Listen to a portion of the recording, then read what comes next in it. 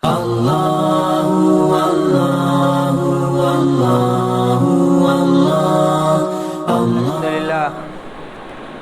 لله نحمده ونستعينه ونستغفره ونؤمن به ونتوكل عليه ونعوذ بالله من شرور أنفسنا ومن سيئات أعمالنا من يهده الله فلا مضل له ومن يضلله فلا هادي له ونشهد أن لا إله إلا الله وأشهد أن محمدا عبده ورسوله أما بعد فإن خير الحديث كتاب الله وإن خير الهدي هدي محمد صلى الله عليه وسلم وشر الأمور محدثاتها وكل محدثة بدعة وكل بدعة ضلالة وكل ضلالة في النار.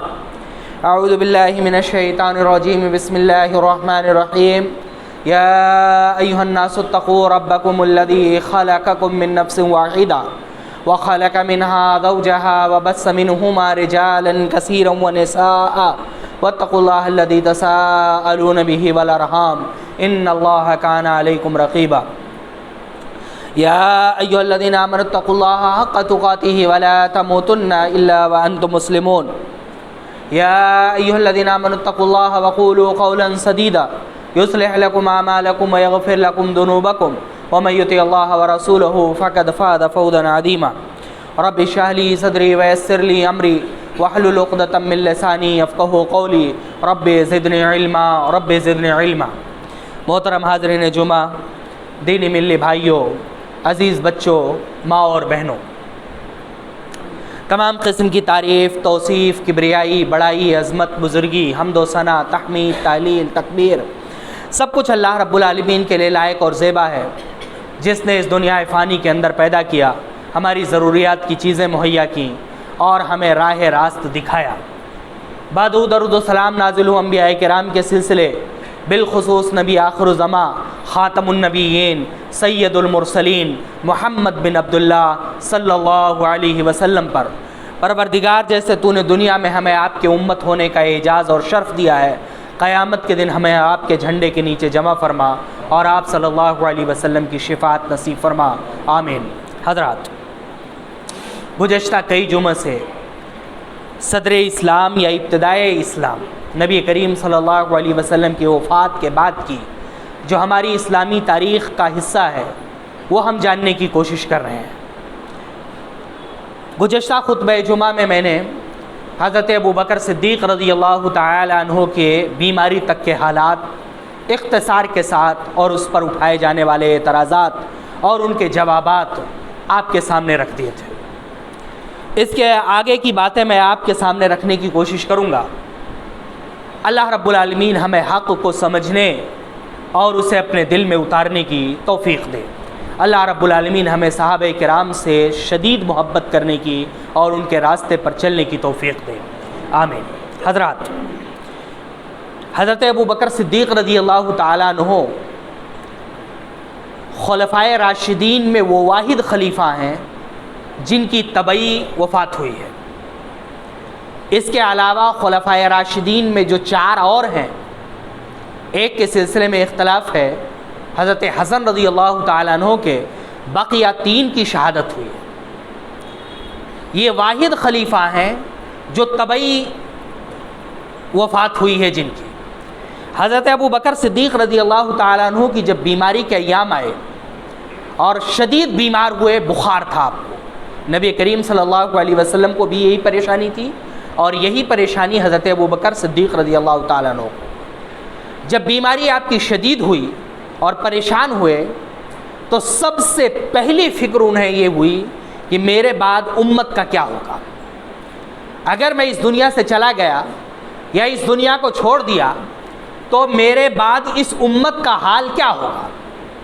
کیونکہ انہوں نے دیکھا تھا کہ نبی کریم صلی اللہ علیہ وسلم کی وفات کے بعد آپ کے جنازے کی تدفین سے پہلے شیطان کے بہکاوے میں آ کر کے اتنا بڑا فتنہ کھڑا ہو گیا تھا. حضرت ابوبکر صدیق کی ایک جامع، ہمہ جہت، مضبوط اور خاص و عام میں مقبول شخصیت تھی جس نے بر وقت اس فتنے کو روک دیا. اس لیے انہوں نے فیصلہ لیا کہ کہ اپنی وفات سے پہلے ملت اسلامیہ کے باغ ڈور کو سنبھالنے والے شخص کا اعلان کر جاؤں۔ حضرت ابو بکر صدیق رضی اللہ تعالیٰ عنہ کو بھی یہ بات معلوم تھی کہ میرے بعد اگر میں چھوڑ جاؤں تو لوگ خلیفہ عمر کو ہی چنیں گے، یہ بات انہیں بھی پتہ تھی، اور امت میں کسی شخص کو اختلاف بھی نہیں تھا۔ نبی کریم صلی اللہ علیہ وسلم کی جو حدیثیں ملتی ہیں یا جو ترتیب آپ نے بیان کی ہے، اس ترتیب کے اعتبار سے حضرت عمر رضی اللہ تعالیٰ عنہ دوسری شخصیت تھے، اور اس پر صحابہ کا تقریباً اجماع تھا، لیکن اس کے باوجود بھی حضرت ابو بکر صدیق رضی اللہ تعالیٰ عنہ جو انبیاء کے بعد امت کے سب سے افضل ترین شخصیت ہیں، اپنی بیماری کے ایام میں جب انتہائی بیماری سے پریشان تھے، صحابہ کرام کی جماعت کو اکٹھا کیا اور ایک ایک سے مشورہ لیا۔ ابو بکر کی سیرت سے رضی اللہ تعالیٰ عنہ ہمارے لیے سیکھنے کی ایک اہم بات یہ بھی ہے کہ اگر آپ کو اپنی ذات کے بارے میں فیصلہ کرنا ہے، اپنے مفادات کے بارے میں فیصلہ کرنا ہے، تب بھی آپ کے لیے بہتر ہے کہ مشورہ کریں، مستحب ہے کہ مشورہ کریں، لیکن اگر آپ امت کا فیصلہ کرنا چاہتے ہیں تو شریعت نے کسی بھی عہدے پر ہونے کے بعد بھی آپ کو یہ اختیار نہیں دیا ہے کہ آپ تھوپ جائیں۔ آپ اپنی ذمہ داری کو سمجھتے ہوئے جو چاہیں وہ فیصلہ کر لیں۔ حضرت ابو بکر صدیق رضی اللہ تعالیٰ عنہ نے نبی کریم صلی اللہ علیہ وسلم کے دنیا سے جانے کے بعد ملت کے سامنے جو ایک بڑا نمونہ رکھا، وہ ایک بڑا نمونہ یہ ہے، بیماری کے آخری ایام میں ہے، مدینہ میں آپ کی بہت زیادہ جائیداد نہیں ہے، آپ کے بچے ہیں، یہاں تک کہ آپ کی اولاد محمد جو ہے، محمد بن ابی بکر، وہ انتہائی چھوٹے ہیں، حجۃ الوداع میں ان کی پیدائش ہوئی ہے، ایک بیٹی ابھی پیدا نہیں ہوئی ہے، حضرت ابو بکر صدیق کی وفات کے بعد ان کی پیدائش ہوئی ہے، چھوٹے چھوٹے بچے ہیں، ان کا مستقبل ہے، ان کے بارے میں فیصلہ کرنے سے زیادہ حضرت ابو بکر صدیق رضی اللہ تعالیٰ عنہ کے پیش نظر یہ ہے کہ ملت کی باغ ڈور سنبھالنے والا کون ہو۔ اس کے لیے انہوں نے مختلف صحابہ کرام کو بلایا اور سب سے مشورہ کیا، سب نے ایک ہی رائے دی، حضرت عمر بن خطاب رضی اللہ تعالیٰ عنہ کی صرف ایک رائے آئی کہ عمر بہت سخت ہے۔ سعد بن ابی وقاص رضی اللہ تعالیٰ عنہ جو عشرہ مبشرہ میں سے ہیں، انہوں نے کہا امیر المومنین میں آپ کی رائے سے متفق ہوں، لیکن میرا خدشہ یہ ہے کہ عمر بہت سخت مزاج آدمی ہے، آگے چل کر کے کوئی پریشانی اور مصیبت نہ کھڑی ہو جائے۔ حضرت ابو بکر صدیق رضی اللہ تعالیٰ عنہ نے انہیں اطمینان دلایا کہ چونکہ میں نرم ہوں اس لیے وہ سخت ہیں، جب ان کے اوپر ذمہ داریوں کا بوجھ پڑے گا، جب انہیں خود سنبھالنے کی ضرورت پڑے گی تو وہ نرم ہو جائیں گے۔ اور حضرت ابو بکر صدیق رضی اللہ تعالیٰ عنہ کی یہ پیشین گوئی پوری ہوئی، عمر کی پوری سیرت آپ پڑھ ڈالیے، انتہائی نرم ہو گئے۔ حضرت عمر کی ایک سیرت تھی، نبی کریم صلی اللہ علیہ وسلم کے زمانے میں حاطب بن ابی بلتہ رضی اللہ تعالیٰ عنہ نے رسول اکرم صلی اللہ علیہ وسلم کا راز فاش کر دیا تھا۔ اللہ کے رسول صلی اللہ علیہ وسلم کے سامنے کھڑے تھے، بدری صحابی تھے، حضرت عمر رضی اللہ تعالیٰ عنہ نے رسول اکرم سے صلی اللہ علیہ وسلم سے کہا کہ اللہ کے رسول حکم دیجئے اس منافق کی گردن اتار دو، اتنے سخت تھے۔ لیکن یہی عمر جب منبر پر کھڑے ہو کر کے خطبہ دے رہے تھے اور ایک عورت کھڑی ہوئی اور اس نے کہا، یا ایک شخص کھڑے ہوئے اور انہوں نے کہا بوڑھے کہ عمر ممبر سے نیچے اتر آئی، خطبہ چھوڑ کر کے نیچے اتر آئے، پوچھا کیا مسئلہ ہے؟ کہا سب کو بیت المال سے ایک ایک چادر ملی ہے، آپ کو 2 چادر کیسے ملے کہ آپ نے کرتا سلا لیا؟ کہا اس کا جواب میرے بیٹے عبداللہ دیں گے۔ عبداللہ کھڑے ہوئے اور کہا میرے والد کے کپڑے میں اتنے پیوند تھے کہ مزید پیوند لگانے کی گنجائش نہیں تھی، اس لیے میں نے اپنا چادر انہیں دے دیا ہے، اس سے انہوں نے 2 چادریں ملا کر کے کرتا سلایا ہے۔ اور حضرت عمر رضی اللہ تعالیٰ عنہ منبر پر آئے اور خطبہ مکمل کیا۔ ایک طرف عمر کی وہ شخصیت تھی اور دوسری پیشین گوئی حضرت ابو بکر صدیق رضی اللہ تعالیٰ عنہ کی تھی، جس کے بعد عمر یہ ہو گئے۔ تمام صحابہ کرام سے مشورہ لیا اور مشورہ لینے کے بعد تقریباً یہ طے ہو گیا کہ خلیفہ عمر کو بنایا جائے۔ ایک تحریر لکھی اور ایک تحریر لکھنے کے بعد مجمع میں بیماری کی حالت میں آ کر کے اعلان کیا کہ میں نے اپنی بیماری کے آخری ایام میں، جب برا سے برا آدمی بہتر ہو جاتا ہے، جب جھوٹا سے جھوٹا آدمی آخری وقت میں سچ بولنے لگتا ہے، ان حالات میں نے انتہائی غور و فکر کر کے عمر کو تمہاری خلافت اور تمہاری ذمہ داری اور تمہاری حاکمیت کے لیے چنا ہے، لہٰذا مجھے امید ہے کہ تم لوگ عمر کے ساتھ کھڑے رہو گے۔ اور اس کے ساتھ ایک جملہ اور کہا، جب تک میں زندہ ہوں عمر کی زیادہ گارنٹی لیتا ہوں، میرے سامنے وہ درست تھے، میرے مرنے کے بعد، میری دنیا سے چلے جانے کے بعد اگر وہ کچھ بھی کرتے ہیں تو اس کا ذمہ دار میں نہیں ہوں، اس کی گواہی دینے کے لیے میں تیار نہیں ہوں۔ آج کے دن میں انہیں سچ سمجھتا ہوں، مشورہ کیا، انتہائی محنت کی، انتہائی کوشش کی، اس لیے انہیں خلافت دے کر کے جا رہا ہوں۔ اس کے بعد جو کچھ ہوگا وہ میری ذمہ داری نہیں ہے، میں اس کی گارنٹی لینے کے لیے تیار نہیں ہوں۔ پھر حضرت ابوبکر صدیق رضی اللہ تعالیٰ عنہ کی وفات ہو گئی۔ میں نے پہلے بھی بتایا کہ حضرت ابوبکر صدیق رضی اللہ تعالیٰ عنہ کی جب وفات ہوئی تھی تو ارتداد کے تمام فتنے ختم ہو چکے تھے، تمام مدعیان نبوت کا خاتمہ ہو چکا تھا، اسلامی نظام اور حکومت تقریباً نافذ ہو چکا تھا، الگ الگ صوبوں کا تعین ہو چکا تھا، صوبوں میں گورنر اور قضات متعین کر دیے گئے تھے، اور صرف دو محاذوں پر بڑی جنگیں چل رہی تھیں۔ ایک بڑی جنگ چل رہی تھی روم سے اور ایک بڑی جنگ چل رہی تھی ایران سے۔ یہ دونوں سپر پاور طاقتیں تھیں اور مسلمان ان دونوں علاقوں میں برسر پیکار تھے، اور خلافت کے مدینہ سے، خلافت سے ان کی امداد کے لیے مختلف لشکر بھیجے جاتے تھے۔ میں اس سے پہلے کہ ان تمام تاریخ کے ابواب کو آپ کے سامنے اختصار کے ساتھ رکھوں، حضرت عمر رضی اللہ تعالیٰ عنہ کے فضائل کے بارے میں یا ان کے مقام کے بارے میں تھوڑا سا جان لیتے ہیں۔ حضرت عمر رضی اللہ تعالیٰ عنہ تمام صحابہ کرام میں ایک حساب سے تنہا اور اکیلے ہیں، ان کا کوئی بھی مقابلہ نہیں کر سکتا ہے۔ وہ ہیں نبی کریم صلی اللہ علیہ وسلم کی مراد یا دعا۔ اللہ کے رسول صلی اللہ علیہ وسلم نے کسی صحابی کے لیے ایمان لانے کی دعا نہیں کی ہے سوائے عمر کے۔ یہ واحد صحابی رسول ہیں، اور اس حساب سے آپ کا درجہ اور مقام بہت بلند ہے، اور یہ اعجاز اکیلے آپ کو حاصل ہے۔ مدینہ میں، مکہ میں رہتے ہوئے جب آپ نے اسلام کی تبلیغ کی شروعات کی اور انتہائی ظلم و ستم ہونا شروع ہوا، آپ دار ارقم میں چلے گئے، وہاں صحابہ کرام رہتے تھے اور چھپ چھپ کر کے دعوت و تبلیغ کرتے تھے۔ تب نبی کریم صلی اللہ علیہ وسلم نے دعا کی تھی، پروردگار ابو جہل اور عمر دونوں میں سے تیرے نزدیک جو زیادہ محبوب ہو اسے اسلام کی توفیق دے، تاکہ اس کے ذریعے سے اسلام اور مسلمانوں کو تقویت کا سامان ملے۔ کہتے ہیں اسی کے بعد حضرت عمر رضی اللہ تعالی عنہ نے اسلام قبول کیا۔ یہ روایت حضرت ابوبکر صدیق حضرت عمر رضی اللہ تعالیٰ عنہ کی فضیلت کے کئی ایک مقام اور در کو کھولتی ہے۔ سب سے پہلا یہ کہ حضرت عمر رضی اللہ تعالیٰ عنہ اللہ رب العالمین کے نزدیک بہت محبوب اور پسندیدہ تھے، کیونکہ رسول اکرم صلی اللہ علیہ وسلم نے پسندیدہ اور محبوب شخصیت کے اسلام لانے کی بات کہی تھی۔ اور دوسری بنیاد یہ ہے کہ رسول اکرم صلی اللہ علیہ وسلم کے مانگے ہوئے صحابی ہیں، رسول اکرم صلی اللہ علیہ وسلم نے انہیں اللہ رب العالمین سے مانگا ہے۔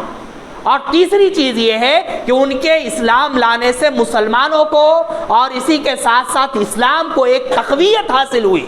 راویان کہتے ہیں کہ جب حضرت عمر رضی اللہ تعالیٰ عنہ اسلام لائے تو مکہ میں خانہ کعبہ میں آ کر کے کھڑے ہو کر کے اعلان کیا کہ ہم آج سے یہاں نماز پڑھیں گے، جسے روکنا ہے، جسے چاہنا ہے آنا ہے وہ آئے اور ہمیں روک کر کے دیکھے اور ہمیں روک کر کے دکھائے۔ اور اس کے بعد مسلمانوں نے خانہ کعبہ میں نماز پڑھنی شروع کی۔ یہ حضرت عمر رضی اللہ تعالیٰ عنہ کی بڑی فضیلت ہے، جو فضیلت کسی دوسرے صحابی کو حاصل نہیں ہے۔ اور بخاری کی ایک روایت ہے، ابو سعید خدری رضی اللہ تعالیٰ عنہ راوی ہیں، جس کے مطابق حضرت عمر رضی اللہ تعالیٰ عنہ کی ایک اور بڑی فضیلت ثابت ہوتی ہے۔ کہتے ہیں کہ ایک دن اللہ کے رسول صلی اللہ علیہ وسلم گھر میں بیٹھے ہوئے تھے، قریش کی بہت ساری عورتیں تھیں، آپ سے بات کر رہی تھیں۔ بات کرتے ہوئے آوازیں تیز ہونے لگیں، لوگ اپنے مطالبات عورتیں رکھنے لگیں کہ دروازے پر آواز ہوئی۔ نبی کریم صلی اللہ علیہ وسلم نے پہچان لیا عمر ہے اور اجازت دے دی۔ راوی کہتے ہیں کہ جیسے حضرت عمر رضی اللہ تعالیٰ عنہ کو اجازت دی، عورتیں بالکل چپ ہو گئیں، سب نے آواز بند کر لی۔ آواز بند کر لینے کے بعد حضرت عمر رضی اللہ تعالیٰ عنہ آئے، اور جب داخل ہوئے تو دیکھا اللہ کے رسول صلی اللہ علیہ وسلم مسکرا رہے ہیں۔ کہا عمر، جب تک میں بات کر رہا تھا تب تک یہ لوگ چیخ رہی تھیں، آواز بلند کر رہی تھیں، بول رہی تھیں، تمہارا نام سنتے ہی چپ گئیں۔ حضرت عمر رضی اللہ تعالیٰ عنہ ہنسنے لگے اور کہا اللہ کے رسول صلی اللہ علیہ وسلم آپ زیادہ بہتر ہیں کہ آپ کے لیے ایسا کیا جائے۔ پھر اللہ کے رسول صلی اللہ علیہ وسلم نے، عورتوں نے کہا کہ آپ کے بالمقابل رسول اکرم صلی اللہ علیہ وسلم بہت نرم دل ہیں، آپ سخت دل ہیں، سخت آدمی ہیں، غصہ ہو جاتے ہیں، نبی کریم صلی اللہ علیہ وسلم کبھی غصہ نہیں ہوتے ہیں، اس لیے ہم لوگ آپ کے آنے سے چپ ہو گئے۔ پھر اللہ کے رسول صلی اللہ علیہ وسلم نے حضرت عمر کو مخاطب کیا اور کہا کہ عمر، شیطان وہ راستہ چھوڑ دیتا ہے جس راستے سے تم گزرتے ہو۔ یہ شیطان کو میں نے دیکھا سب سے زیادہ خوف زدہ اس راستے پر ہوتا ہے جس راستے پر تم چلتے ہو۔ یہ حضرت عمر رضی اللہ تعالیٰ عنہ کی دوسری فضیلت ہے جو اللہ کے رسول صلی اللہ علیہ وسلم نے کسی صحابی کے لیے نہیں کہی۔ آپ اندازہ لگائیے اور سوچئے، حضرت عمر رضی اللہ تعالیٰ عنہ کے مقام کو سمجھنے کے لیے انسانی نفس اور شیطان دو چیزیں ہیں جو بہکانے کے لیے انسان کو سامنے آتی ہیں، ایک انسانی نفس اور ایک شیطان۔ شیطان سب سے زیادہ انسان کو بہکاتا ہے۔ حضرت عمر رضی اللہ تعالیٰ عنہ کی فضیلت کو سمجھیے اس روایت کے تناظر میں کہ حضرت عمر، ہمارے اور آپ کے پاس شیطان آتا ہے اور ہمیں بہکاتا ہے، جس نیکی کے راستے پر جانے کی کوشش کرتے ہیں اس نیکی کے راستے پر روکنے کی کوشش کرتا ہے۔ اور عمر کی فضیلت یہ ہے کہ جس راستے پر چل پڑتے ہیں اس راستے سے شیطان ڈر کر کے بھاگ جاتا ہے۔ جب شیطان ان کے پاس سے ڈر کر کے بھاگ جاتا ہے تو پھر ایسی صورت میں گمراہی کی طرف اور بدی کی طرف، برائی کی طرف جانے کے امکانیات کم سے کم ہو جائیں گے، اور شیطان ہر انسان کے پاس آ کر کے اسے گمراہ کرنے کی انتہائی ترین کوشش کرتا ہے۔ لیکن حضرت عمر رضی اللہ تعالیٰ عنہ کی فضیلت یہ ہے کہ جس راستے پر وہ چلنا شروع کر دیتے ہیں شیطان وہ راستہ چھوڑ کر کے خود ہی بھاگ جاتا ہے، اور یہ حضرت عمر رضی اللہ تعالیٰ عنہ کی عجیب ترین فضیلت ہے جو نبی کریم صلی اللہ علیہ وسلم نے بخاری کی اس روایت میں بیان کی ہے۔ اور دوسرا گمراہ کرنے کا یا دوسرا برائیوں کی طرف لے جانے کا جو نفس ہے وہ ہمارا اپنا نفس ہے، اور عمر رضی اللہ تعالیٰ عنہ کے پاس اس کے کنٹرول کا نظام کیا تھا وہ ایک روایت سے آپ کو سمجھاتا ہوں۔ ایک روایت ہے، ایک دن اللہ کے رسول صلی اللہ علیہ وسلم کے پاس حضرت عمر آئے اور کہا اللہ کے رسول صلی اللہ علیہ وسلم، آپ میرے نزدیک ماں سے، باپ سے، پوری دنیا سے سوائے میرے نفس کے سب سے زیادہ محبوب ہیں، سب سے زیادہ محبت کرتا ہوں۔ اللہ کے رسول صلی اللہ علیہ وسلم نے فرمایا اے عمر، ابھی تمہارا ایمان مکمل نہیں ہوا۔ تو کہا اللہ کے رسول صلی اللہ علیہ وسلم، اب آپ میرے نزدیک میری جان سے بھی زیادہ محبوب ہیں۔ شیطان کی طرف سے گمراہ ہونے کے اور شیطان سے ان کی دوری میں نے آپ کو سمجھا دی۔ ایک نفس ہے جو گمراہی کی طرف لے جاتا ہے، اسے سمجھنے کے لیے روایت پر تھوڑا سا غور کیجیے۔ محبت اور نفرت کو بدلنے میں سالوں لگ جاتے ہیں۔ یہ دو ایسے جذبے ہیں انسان کے دل میں بیٹھے ہوئے جسے بدلنے کے لیے سالوں لگ جاتے ہیں۔ اگر کسی سے محبت ہو جائے تو آدمی اس کو چھوڑنے کے لیے، اپنے دل سے نکالنے کے لیے برسوں لگاتا ہے، اور کسی سے نفرت ہو جائے تو اس نفرت کو نکالنے کے لیے بھی برسوں لگتے ہیں۔ چہ جائے کہ اپنے نفس کی محبت، اپنے آپ کی محبت، لیکن روایت کے تناظر پر غور کیجیے اور حضرت عمر رضی اللہ تعالیٰ عنہ کا مقام اور مرتبہ سمجھنے کی کوشش کیجیے۔ ادھر رسول کی زبان سے نکلا کہ جب تک میں تمہارے نفس سے زیادہ محبوب نہ ہو جاؤں تب تک تم کامل مومن نہیں ہو سکتے۔ ادھر عمر نے کہا اللہ کے رسول صلی اللہ علیہ وسلم، آپ میرے نفس سے زیادہ محبوب ہیں۔ عمر جھوٹ نہیں بول سکتے ہیں، اور اگر عمر جھوٹ بولتے خدا نہ خواستہ نعوذ باللہ تو رسول اکرم صلی اللہ علیہ وسلم الآن یا عمر نہیں کہتے، اے عمر اب تمہارا ایمان مکمل ہو گیا۔ گویا کہ حضرت عمر رضی اللہ تعالیٰ عنہ نے جو بات کہی وہ بالکل سچ کہی، اسی لیے رسول نے اس کی تائید کی۔ گویا کہ غیر اللہ کی محبت یا رسول کے علاوہ کی محبت، اپنے نفس کی محبت کو دل سے عمر کو نکالنے کے لیے ایک سیکنڈ کا موقع بھی نہیں لگا، اور اپنے دل سے اپنے نفس کی محبت کو نکال کر کے باہر پھینک دیا اور رسول اکرم صلی اللہ علیہ وسلم کی محبت کو اپنے دل میں داخل کر لیا۔ یہ عمر کا مقام تھا، یہ عمر کا درجہ تھا۔ ہمیں اور آپ کو اگر ایسا کرنا پڑے سالہ سال لگ جاتے ہیں. زکوٰۃ دینا ہو، کسی کو کچھ دینا ہو، مال کی محبت ہے، اور آپ نے یہ پڑھا، سنا، بر وقت سنا کہ اس کے بدلے جنت ملے گی، تب بھی جیب میں ہاتھ ڈالتے ہوئے 10 منٹ لگتا ہے. کیوں؟ مال کی محبت غالب ہوتی ہے. شریعت اسلامیہ کا کوئی نظام آ جائے اور بچہ سامنے کھڑا ہو اور فیصلہ کرنا ہو بچے کے خلاف، گھنٹوں سوچنے میں لگ جاتے ہیں، مہینوں سوچنے میں لگ جاتے ہیں یہ فیصلہ کرنے کے لیے کہ کہیں بچے کا نقصان نہ ہو جائے. گھنٹوں اور مہینوں لگ جاتے ہیں اپنے خاندان کے خلاف کوئی فیصلہ لینے میں. عمر کی شخصیت اور اس کے ایمان کی مضبوطی دیکھیے کہ 1 سیکنڈ بھی نہیں لگا اور اپنے دل سے اپنی محبت نکال کر کے رسول اکرم صلی اللہ علیہ وسلم کی محبت کو اس میں داخل کر دیا. پھر آپ اندازہ لگائیے اور بتائیے، سوچئے کہ عمر رضی اللہ تعالیٰ عنہ ایمان کے کس بلند مقام پر فائز رہے ہوں، ان کا درجہ کتنا بلند رہا ہوگا.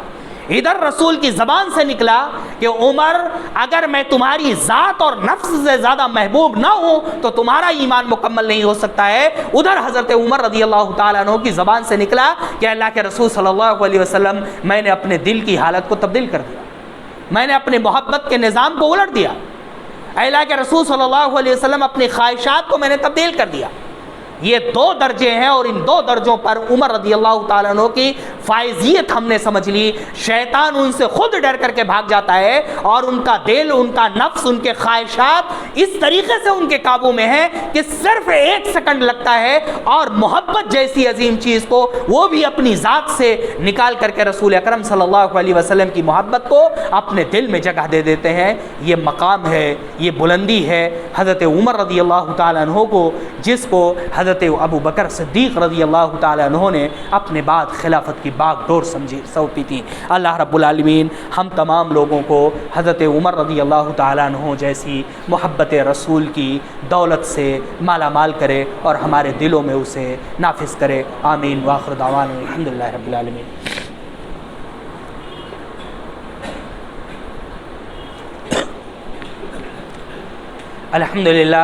الحمدللہ نحمده ونستعینه ونستغفره ونؤمن به ونتوکل علیہ ونعوذ باللہ من شرور انفسنا ومن سیئات اعمالنا من يهده الله فلا مضل له ومن يضلل فلا هادي له ونشهد ان لا اله الا الله واشهد ان محمدا عبده ورسوله اما بعد فإن خير الحديث كتاب الله وإن خير الهدي هدي محمد صلى الله عليه وسلم وشر الأمور محدثاتها وكل محدثة بدعة وكل بدعة ضلالة وكل ضلالة في النار. حاضرین، حضرت عمر رضی اللہ تعالیٰ عنہ نبی کریم صلی اللہ علیہ وسلم کے انتہائی محبوب ساتھی تھے. آپ صلی اللہ علیہ وسلم نے دنیا میں حضرت عمر رضی اللہ تعالیٰ عنہ کی ایک نہیں کئی بار جنت کی بشارت دی ہے. میں نے اس سے پہلے ایک مشہور روایت آپ کے سامنے پیش کی تھی حضرت ابو ہریرہ کی، کہ جب وہ اللہ کے رسول صلی اللہ علیہ وسلم کے جوتے لے کر کے گئے تھے تو اللہ کے رسول صلی اللہ علیہ وسلم نے کہا تھا کہ جو شخص تمہیں ملے اور لا الہ الا اللہ محمد رسول اللہ کا اقرار کرتا ہو اسے جنت کی بشارت دے دیجیے. سب سے پہلی شخصیت جو انہیں ملی تھی اور جسے انہوں نے جنت کی بشارت دی تھی وہ حضرت عمر رضی اللہ تعالیٰ عنہ. اسی طریقے سے اللہ کے رسول صلی اللہ علیہ وسلم نے ایک بار اور دروازہ کھٹکھٹانے پر ایک صحابی رسول کو کہا دروازہ کھولیے اور جو ہے اسے جنت کی بشارت دیجیے.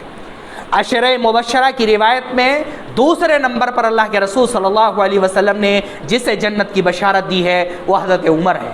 ایک بار آپ احد پہاڑ پر کھڑے ہوئے تھے اور زلزلہ آیا، پہاڑ ہلنے لگا تو اللہ کے رسول صلی اللہ علیہ وسلم نے کہا تھا اے پہاڑ ٹھہر جا، ایک نبی، ایک صدیق اور 2 شہداء ہیں. ایک نبی، ایک صدیق اور 2 شہداء ہیں. ایک نبی اللہ کے رسول صلی اللہ علیہ وسلم، ایک صدیق ابو بکر صدیق رضی اللہ تعالیٰ عنہ، ایک شہید حضرت عمر رضی اللہ تعالیٰ عنہ اور ایک شہید حضرت عثمان رضی اللہ تعالیٰ عنہ. نبی کریم صلی اللہ علیہ وسلم نے شہادت کی بھی گواہی دی ہے اور آپ کو دنیا میں شہید ہونے کی بھی بشارت دی ہے اور کئی ایک روایتوں میں آپ کو جنت کی بشارت بھی دی ہے.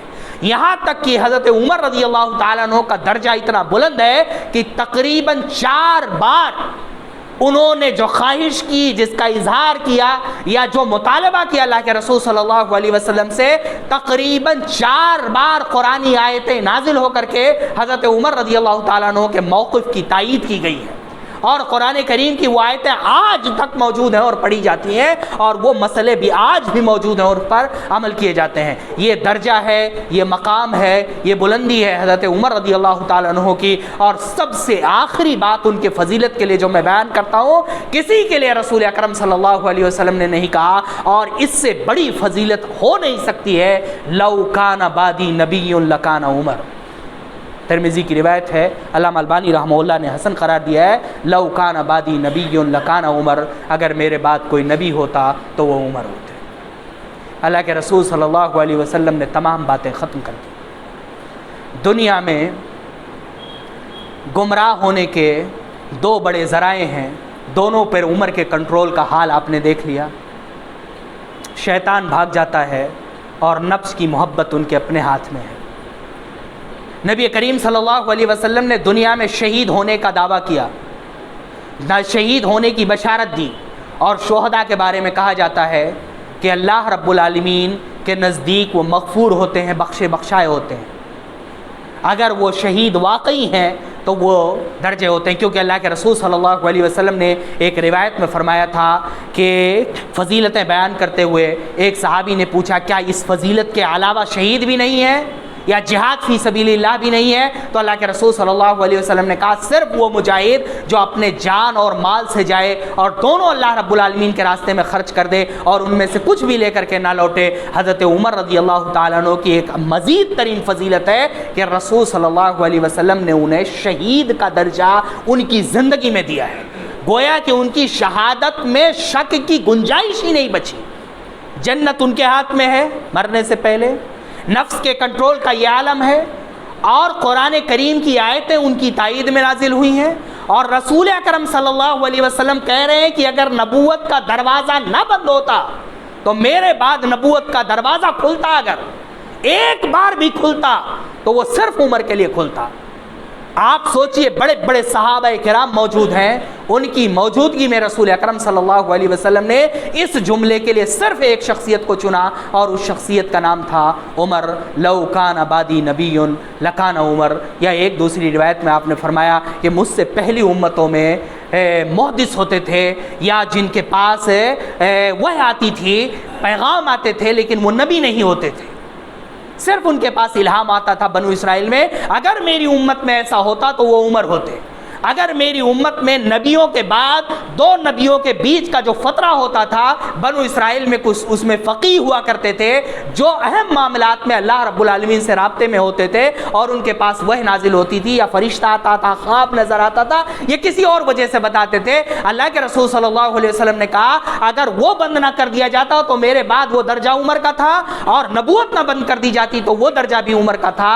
یہ حضرت عمر رضی اللہ تعالیٰ عنہ کے فضائل ہیں، یہ مقام ہے اور یہ درجہ ہے، اور انہوں نے ان مقام اور درجہ کے بعد ملت اسلامیہ کے لیے جو قربانیاں دی ہیں، ملت کے لیے اپنے آپ کو جس طرح سے کھپا دیا ہے، اور اسلامی نظام کو، اسلامی حکومت کو، مسلمانوں کے عقائد کو، مسلمانوں کے قانون کو، مسلمانوں کے دین کو، قرآن کو اور رسول اکرم صلی اللہ علیہ وسلم کی حدیثوں کو جتنی مضبوطی کے ساتھ کھڑا کیا ہے، وہ ہم آگے کے خطبوں میں سنیں گے تو ہمیں سمجھ میں آئے گا کہ رسول اکرم صلی اللہ علیہ وسلم نے کیوں کہا تھا لو کان بعدی نبی لکان عمر۔ حضرت عمر رضی اللہ تعالیٰ عنہ کے بارے میں یہ چند چیزیں تھیں جو ہم نے اور آپ نے آج کے خطبے میں سنی۔ خلاصہ کلام یہ ہے کہ نبی کریم صلی اللہ علیہ وسلم کے تربیت یافتہ صحابہ کی سب سے بڑی اور خوبی اور خامی یہ تھی کہ ان کے نزدیک کتاب و سنت پہلے تھے اور دنیا کے تمام مفادات بعد میں تھے۔